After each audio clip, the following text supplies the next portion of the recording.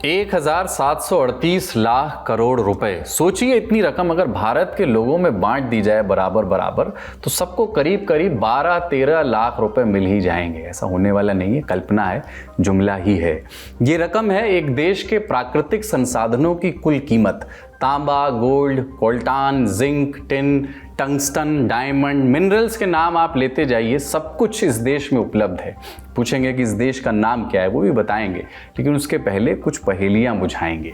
हम और आप जिन डिवाइसेस की मदद से इस देश की बात कर रहे हैं या आप सुन रहे हैं, आप देख रहे हैं, कहने का मतलब है कि phone, laptop, camera, voice recorder, ये सब कुछ इसी देश के दम से चलता है, क्योंकि इन डिवाइसेस में जो बैटरी लगी है उसमें ज़रूरत होती है कोबाल्ट की, और दुनिया भर में पाए जाने वाले कोबाल्ट का 60% हिस्सा इसी देश में मिलता है।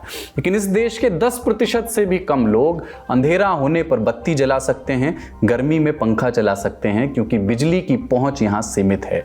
यहां 1960 के बाद से 54 लाख लोग जंग से जुड़ी वजहों से मारे जा चुके हैं, ऐसा रिपोर्ट्स कहती हैं। यहां 8-9 बरस के बच्चों को खिलौनों से पहले हथियार पकड़ा दिए जाते हैं। इस देश पे महज 2% सड़कें पक्की हैं। लगभग 10 लाख लोग पड़ोसी देशों में पलायन कर चुके हैं। 72 लाख लोग अपने ही देश में विस्थापित हैं, अपना घर छोड़ करके कहीं और रह रहे हैं। क्या है इस देश का नाम, बताएंगे। पहले अभिवादन स्वीकार करें। नमस्कार, मेरा नाम कुलदीप है और आप देख रहे हैं लल्लन टॉप का अंतर्राष्ट्रीय प्रसंगों से जुड़ा रोजाना का कार्यक्रम दुनियादारी। Brought to you by Sensodyne K and ITIL। बस पैक नहीं है। SLS पैराफिन और दूध का करंट भी कौन? तो लाइफ का करंट ऑन? कुछ भी। तो ट्राई करके देख ले। Sensodyne K toothpaste for sensitive teeth. जिसकी हमने इतनी लंबी चौड़ी भूमिका बताई, उस देश का नाम है कॉन्गो। नाम के बाद भी पहेली और बढ़ गई है, क्योंकि कॉन्गो नाम से दुनिया में एक नहीं 2 देश हैं। एक ये है DRC, democratic Republic of Congo, दूसरा उसका पड़ोसी है रिपब्लिक ऑफ द कॉन्गो। इन दोनों देशों को नक्शे पर खिंची रेखा नहीं बल्कि एक प्राकृतिक सरहद बांटती है। इसका नाम है कॉन्गो रिवर। ये नील नदी के बाद अफ्रीका की दूसरी सबसे बड़ी नदी है। इसी के नाम से उपजे हैं इन देशों के नाम। DRC के उत्तर पूर्व में है साउथ सूडान, पूरब में है युगांडा, रवांडा, बुरुंडी और तंजानिया, दक्षिण में जाम्बिया है, दक्षिण पश्चिम में अंगोला है और पश्चिम में हम नाम रिपब्लिक ऑफ द कॉन्गो। लेकिन हम आज बात करेंगे पूर्वी सीमा की। क्यों? क्योंकि खबरें आई हैं। खबरों का क्या कहना है?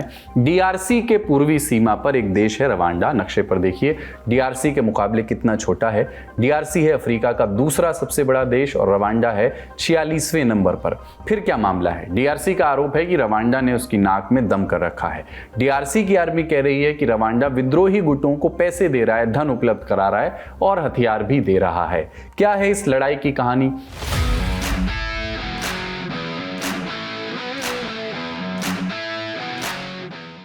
DRC और रवांडा की सरहद पर एक झील है। उस झील का नाम है लेक किवू। किवू झील के एक किनारे पर है रवांडा और दूसरे किनारे पर DRC का शहर गोमा। 10 लाख से ज्यादा की आबादी वाला ये शहर है। गोमा शहर DRC के नॉर्थ किवू प्रोविंस की राजधानी है। व्यापार और ट्रांसपोर्ट के लिए वो एक अहम केंद्र के तौर पर वहां मशहूर है।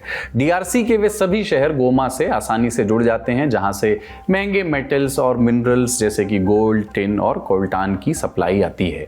ये सारे मिनरल्स मोबाइल फोन और इलेक्ट्रिक वाहनों की बैटरियों के लिए बहुत अहम है। विद्रोही गुट कह रहे हैं कि गोमा अब उनके कब्जे में है और रिपोर्ट्स कह रही हैं कि उनका दावा बहुत हद तक सही भी है। इस शहर का एयरपोर्ट अब उनके हाथ में है, लेकिन DRC की आर्मी कह रही है कि शहर के अहम हिस्से अब भी उनके हाथ से नहीं छूटे हैं, नहीं फिसले हैं। लेकिन गार्डियन की रिपोर्ट के मुताबिक सड़कों पर लाशें बिछी हुई हैं।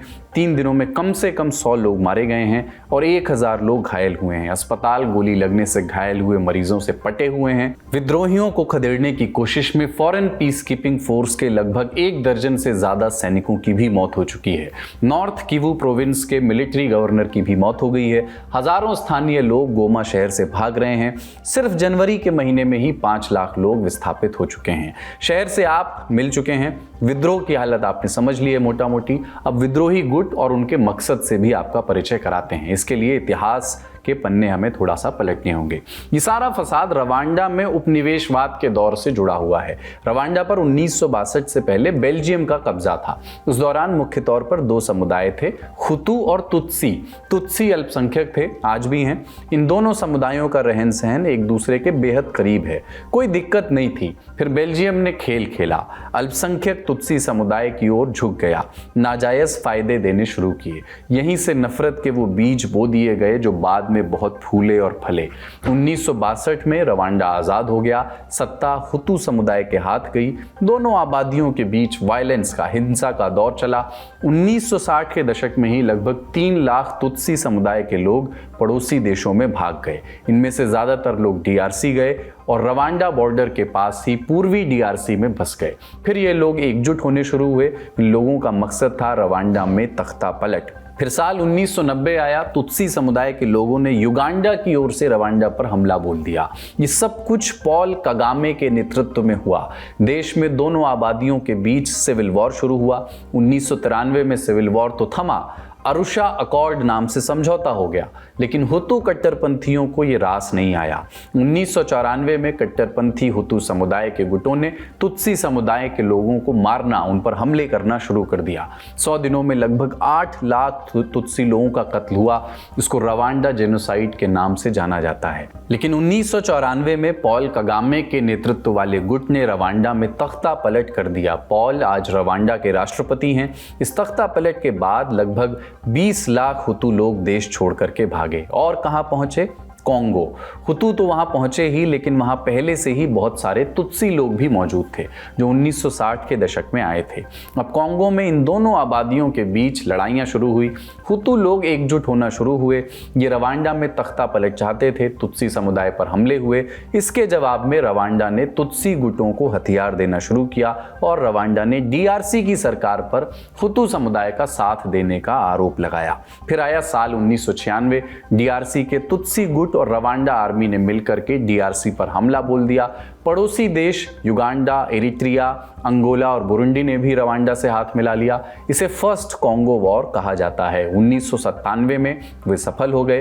रवांडा समर्थित कबीला ने अपने आप को राष्ट्रपति घोषित कर दिया। रवांडा ने हीरे और कोल्टान की खदानों पर कंट्रोल जमाया। ये सब पूर्वी डीआरसी में ही पड़ता है। लेकिन ताकत मिलने के बाद कबीला के रवांडा के साथ मतभेद शुरू हुए। उन्होंने रवांडा की आर्मी को डीआरसी के बाहर भेजना शुरू किया। इसके बदले रवांडा ने दूसरे गुटों को आर्म करना शुरू किया, हथियार देना शुरू किया।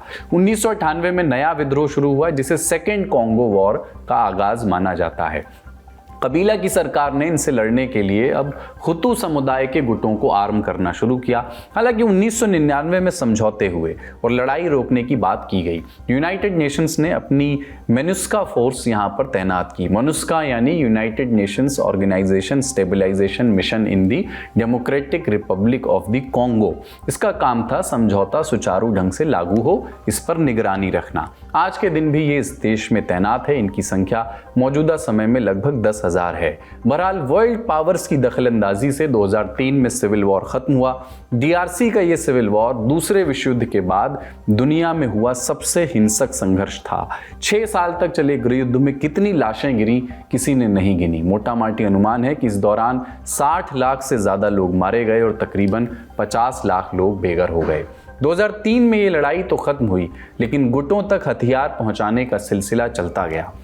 अब कॉन्गो के पूर्वी इलाके में लगभग 140 विद्रोही गुट ऑपरेट करते हैं। इनमें सबसे अहम और सबसे एक्टिव है M23। इसमें M है मार्च और 23 का सिरा जुड़ता है एक तारीख से, 23 मार्च 2009। इस दिन एक शांति समझौता हुआ था। किसके बीच में हुआ था? डीआरसी के राष्ट्रपति जोसेफ कबीला और सेकेंड कॉन्गो वॉर से ही एक्टिव तुत्सी समुदाय के विद्रोही गुट, जिसको कहते हैं CNDP, उसके बीच में।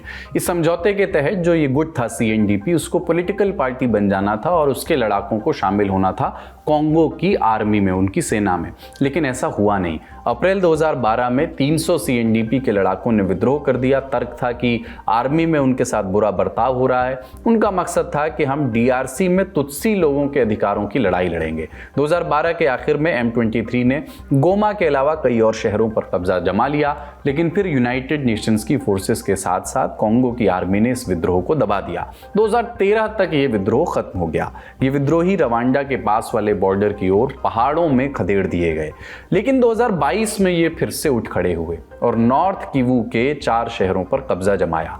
जनवरी 2023 में नैरोबी पीस एग्रीमेंट हुआ। इसके तहत M23 कुछ वक्त के लिए कब्जे वाले शहरों से पीछे हटे, लेकिन अक्टूबर 2023 में ये सीज फायर भंग हो गया। डीआरसी ने रवांडा पर M23 को फंड करने के आरोप लगाने शुरू किए। हालांकि रवांडा ये सभी आरोप खारिज करता है। डीआरसी की सरकार, अमेरिका और फ्रांस ने भी रवांडा पर M23 का साथ देने का आरोप लगाया है। 2024 में यूनाइटेड नेशंस के विशेषज्ञों की एक रिपोर्ट में कहा गया था कि 4000 रवांडाई सैनिक M23 के साथ लड़ रहे थे। 26 जनवरी को रवांडा से एक बयान आया। इसमें रवांडा ने स्पष्ट रूप से इस बात से इनकार नहीं किया कि वो M23 का समर्थन करता है, बल्कि इसके बजाय उसने कहा कि उसकी सीमा के पास लड़ाई उसकी सुरक्षा और क्षेत्रीय अखंडता के लिए एक गंभीर खतरा है। 26 जनवरी को ही कॉन्गो ने रवांडा के साथ सारे कूटनीतिक संबंध तोड़ने का ऐलान कर दिया। आज भी हुतू समुदाय का एक गुट डीआरसी में एक्टिव है। इसका नाम है democratic forces for the liberation of Rwanda, FDLR। Rwanda इस गुट को जेनोसाइडल मिलिशिया बताता है और अपने देश के लिए खतरा बताता है। कहता है कि कॉन्गो FDLR को समर्थन दे रहा है, लेकिन डीआरसी इसको खारिज करता है। रिपोर्ट्स का कहना है कि रवांडा तब तक डीआरसी से पीछे नहीं हटेगा जब तक FDLR को वो खुद के लिए या कॉन्गो की तुत्सी समुदाय के लिए खतरा समझेगा। लेकिन ये तो समुदाय वाला पेंच हुआ। इसी मामले में एक पेंच से अलग भी बात है। रवांडा पर आरोप लगते हैं कि वो इस फसाद से फायदा उठाना चाहता है। उसकी नज़र कॉन्गो के मिनरल्स पर है और समुदाय विशेष पर कम है। हमने जानकारों से पूछा कि क्या रवांडा के खिलाफ लगाए गए आरोपों में सच्चाई है। अगर ये सच है तो रवांडा का ऐसा करने के पीछे असल मकसद क्या समझा जा सकता है। रवांडा कैसे साथ देगा? रवांडा साथ नहीं दे रहा है, लेकिन कॉन्गो को ऐसा लगता है कि रवांडा शायद साथ दे रहा है और वो यहाँ पर डिस्टरबेंस बॉर्डर एरिया में क्रिएट करना चाहता है। अपने ये जो रेबल ग्रुप है हुतू ट्राइब्स का आकर के जो वहाँ रह रहा है, तो इस वजह से कॉन्गो भी चाह रहा है कि ये जो रेबल ग्रुप है वो यहाँ से हट जाए, यहाँ से चला जाए। बट वो रेबल ग्रुप ऑलरेडी वहाँ सेटल डाउन हो चुका है और वो वहाँ से जाने वाला नहीं है और रवांडा के हिसाब से नहीं चलेगा। ये रेबल ग्रुप ऑलरेडी वर्क करेगा ही करेगा। डिस्टरबेंस कुछ कुछ रहेगा मींस। इस बीच डीआरसी की राजधानी किनशासा में भी प्रदर्शन शुरू हो गए हैं। रवांडा सहित कई पश्चिमी और अफ्रीकी दूतावासों के बाहर आग लगाए जाने की खबरें आ रही हैं। इनमें बेल्जियम, फ्रांस, कीनिया, अमेरिका और रवांडा के दूतावास शामिल हैं। 27 जनवरी को खबर आई कि कॉन्गो के सैनिकों की सीमा पर रवांडा के सैनिकों के साथ गोलीबारी हुई। हमने जानकार से पूछा कि क्या ऐसे हालात के कारण आने वाले समय में डीआरसी और रवांडा के बीच एक फुल स्केल वॉर, एक पूरी तरह युद्ध शुरू हो सकता है क्या? नहीं, मुझे नहीं लगता कि ये फुल स्केल वॉर हो सकता है दोनों कंट्रीज के बीच में, क्योंकि दोनों ही कंट्रीज के बीच में ऐसे प्रॉक्सी वॉर छोटे छोटे चलते रहे हैं और बहुत सारे ऐसे मूवमेंट, ऐसे प्रॉक्सी ग्रुप्स हैं जो काम कर रहे हैं। सो मुझे नहीं लगता कि ऐसे बहुत बड़ा कोई वॉर होने वाला है आगे चल करके। हुतू ट्राइब्स का थोड़ा सा डिस्टरबेंस जरूर रहेगा। यूनाइटेड नेशंस की पीस कीपिंग फोर्स 1999 से कॉन्गो में तैनात है। हालांकि इसकी केवल एक हिस्से फोर्स इंटरवेंशन ब्रिगेड को ही विद्रोही गुटों से लड़ने की इजाजत है। ये वही सेना है जिसने 2013 में M23 को हराने में मदद की थी। कॉन्गो के आम लोग इस फोर्स से खासा नाराज रहते हैं, मानते हैं कि इसका कोई फायदा नहीं है। कॉन्गो के राष्ट्रपति फेलिक्स शिशेकदी ने 2024 के आखिर तक इस फोर्स को देश छोड़ने को कहा था, लेकिन दिसंबर में इसे 1 साल के लिए और बढ़ा दिया गया। हमने जानकार से पूछा कि United Nations peace keeping force ने किस हद तक इस फसाद को कंट्रोल किया है, कितने वो कामयाब रहे हैं या नहीं रहे हैं। मुझे लगता है कि अगर आपने देखा होगा कि यूएन पीस कीपिंग फोर्स है, वो किसी भी कंट्री में पीस कीपिंग के लिए जा रही है एंड आई थिंक उसका वहाँ का जो लोकल गवर्नमेंट है उसके सॉवरेनिटी में उसका कोई रोल नहीं होता है, वो प्ले नहीं कर सकते हैं, ये उनके मैंडेट में है। और यूएन पीस कीपिंग फोर्स में सभी जगह के ऑफिसर्स होते हैं, लाइक इंडिया से भी कई बार होता है कि आर्मी के लोग जा रहे हैं जो यूएन पीस कीपिंग फोर्स में एज ए पार्ट काम करते हैं, है ना। तो ऐसा नहीं है। और कई बार होता है कि वहां पे लोग खुश नहीं भी होते हैं, क्योंकि पीस कीपर्स जब कहीं पर जा रहे हैं तो उस कंट्री के ऊपर भी बर्डन है, उस कंट्री में स्टे कर रहे हैं, उनका एक एरिया है, उस कंट्री के लोग उस एरिया में जा नहीं सकते हैं, but still they are bearing them, है ना, उनको बियर कर रहे हैं, उनका कुछ खर्च भी है। तो मुझे नहीं लगता कि पीस कीपिंग फोर्स पे ये इल्जाम लगाना कि वो हमारे लिए कुछ नहीं कर पा रहे हैं, तो वो कुछ करेंगे नहीं। वहां के लोकल जो पॉलिसी है, लोकल गवर्नमेंट की पॉलिसी है, उसमें वो बिल्कुल भी नहीं बोल सकते, हस्तक्षेप नहीं कर सकते। और लोग, ऑब्वियस सी बात है कि लोग आर्मी को एज सच नहीं पसंद करते हैं। हमारा बड़ी खबर सेगमेंट यहीं तक। अब सुर्खियों की ओर बढ़ते हैं। पहली सुर्खी कनाडा से आई है। वहां की फॉरेन इंटरफेरेंस कमीशन, जिसे विदेशी दखल की जांच करने के लिए बनाया गया था, उसने एक रिपोर्ट जारी की है। इसमें भारत, चीन समेत कई देशों पर फेडरल चुनावों में दखल देने का आरोप लगाया गया है। रिपोर्ट में पाकिस्तान का भी नाम शामिल है, लेकिन दखल देने के मामले में उन्होंने चीन के बाद भारत को दूसरे नंबर पर रखा है। जैसे ही रिपोर्ट प्रकाशित हुई, भारतीय सरकार ने इसका खंडन किया है। विदेश मंत्रालय ने इस रिपोर्ट को निराधार बताते हुए कहा कि असल में कनाडा लगातार भारत के आंतरिक मामलों में दखल दे रहा है। कनाडा ने अपनी धरती पर अपराधियों को अवैध प्रवास और ऑर्गेनाइज्ड क्राइम के लिए माहौल दे रखा है, जो भारत के लिए गंभीर चिंता का विषय है। आसान भाषा में कहें तो कनाडा अपने देश में भारत विरोधी तत्वों और खालिस्तानी अलगाववादियों को लगातार पनाह और समर्थन दे रहा है। भारत ने उम्मीद जताई है कि अवैध प्रवास को पोषित करने वाले सिस्टम को खत्म किया जाएगा, ताकि दोनों देशों के संबंध सुधर सकें। विदेशी दखल के आरोपों की जांच करने वाले कमिश्नर मैरी जोसी हॉग ने रिपोर्ट में लिखा कि पीपल्स रिपब्लिक ऑफ चाइना की तरह भारत भी 2019 से कनाडा में डिप्लोमेट्स और प्रॉक्सी एजेंट्स के जरिए दखल देता है। खुफिया जानकारी का हवाला देते हुए उन्होंने बताया कि इन देशों द्वारा कनाडाई नेताओं को वित्तीय सहायता दी जाती है, ताकि चुनाव जीतने के बाद इन नेताओं को अपने पक्ष में प्रभावित किया जा सके। भारत, चीन के साथ इस रिपोर्ट में रूस, पाकिस्तान और ईरान का भी नाम है। हालांकि इस बात का कोई प्रमाण नहीं मिला कि इन हस्तक्षेपों से चुनावी नतीजों में कोई बदलाव हुआ है या नहीं। दूसरी सुर्खी है भारत और ब्रिटेन संबंधों से जुड़ी हुई। ब्रिटेन के गृह मंत्रालय की एक रिपोर्ट कथित तौर पर लीक हुई है, जिसमें ये कहा गया है, ये दावा किया गया है कि वहां की सरकार ने खालिस्तानी उग्रवाद, हिंदू राष्ट्रवाद और इस्लामी कट्टरपंथ को अपने लिए खतरा बताया है। इस रिपोर्ट में यूनाइटेड किंगडम ने कुल 9 उभरते हुए खतरों को शामिल किया है। इसमें इस्लामी कट्टरपंथ, दक्षिणपंथ और वामपंथ के साथ साथ इन दोनों का भी नाम है। रिपोर्ट्स के अनुसार हिंदू राष्ट्रवाद को खतरे के रूप में शामिल करने की वजह है 2022 में लीस्टरशायर में हुए दंगे। तब 28 अगस्त को भारत पाकिस्तान एशिया कप के मुकाबले के बाद हिंदुओं और मुसलमानों के बीच वहां पर झड़प हो गई थी। यूके में हुए दंगों के बाद वहां की सरकार ने उग्रवाद से निपटने के लिए 2024 में कई नीतियां बनाई थी। इसको लेकर के गृह विभाग की सचिव यवेट कूपर की अध्यक्षता में कमेटी बनाई गई थी। कमेटी ने ऑफिशियली अभी तक सरकार को कोई रिपोर्ट नहीं सौंपी है, उससे पहले ही ये रिपोर्ट लीक हो गई। तीसरी सुर्खी इटली से है। प्रधानमंत्री जॉर्जिया मेलोनी ने एक सोशल मीडिया पर वीडियो जारी करते हुए बताया कि उनके खिलाफ न्यायिक जांच की जा रही है। जांच का कारण है इटली द्वारा एक लीबियाई नागरिक को रिहा किया जाना, जिसके खिलाफ इंटरनेशनल क्रिमिनल कोर्ट ICC ने अरेस्ट वारंट जारी किया हुआ है। उन्होंने आगे बताया कि जांच करने वाले जजों को उन पर पैसों के गबन करने से लेकर क्राइम में सहायता करने और बढ़ावा देने तक के आरोप लगाए गए हैं। उनका कहना है कि वो जांच से न डरने वाली हैं और ना ही ब्लैकमेल होने वाली हैं। जिस लीबियाई नागरिक की रिहाई पर इतना बवाल मचा है, उसका नाम है ओसामा नजीम।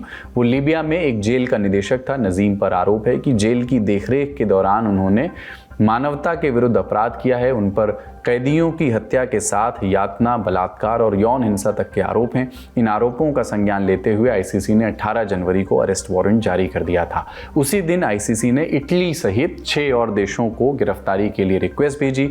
इंटरपोल से रेड नोटिस जारी करने की भी रिक्वेस्ट की। इसके अलावा ICC ने नजीम के संभावित ठिकाने और आवाजाही की रियल टाइम इंफॉर्मेशन दी। 21 जनवरी को उसे इटली में गिरफ्तार भी किया गया, लेकिन बाद में स्थानीय पुलिस ने कानूनी रुकावटों का हवाला देते हुए उसको रिहा कर दिया। अपने ऊपर लगे आरोपों पर मेलोनी ने कहा कि नजीम को इसलिए रिहा कर दिया गया क्योंकि ICC ने अरेस्ट वारंट इटली की जस्टिस डिपार्टमेंट को नहीं भेजा था। आज का दुनियादारी यहीं समाप्त होता है। शुक्रिया, शुभ रात्रि।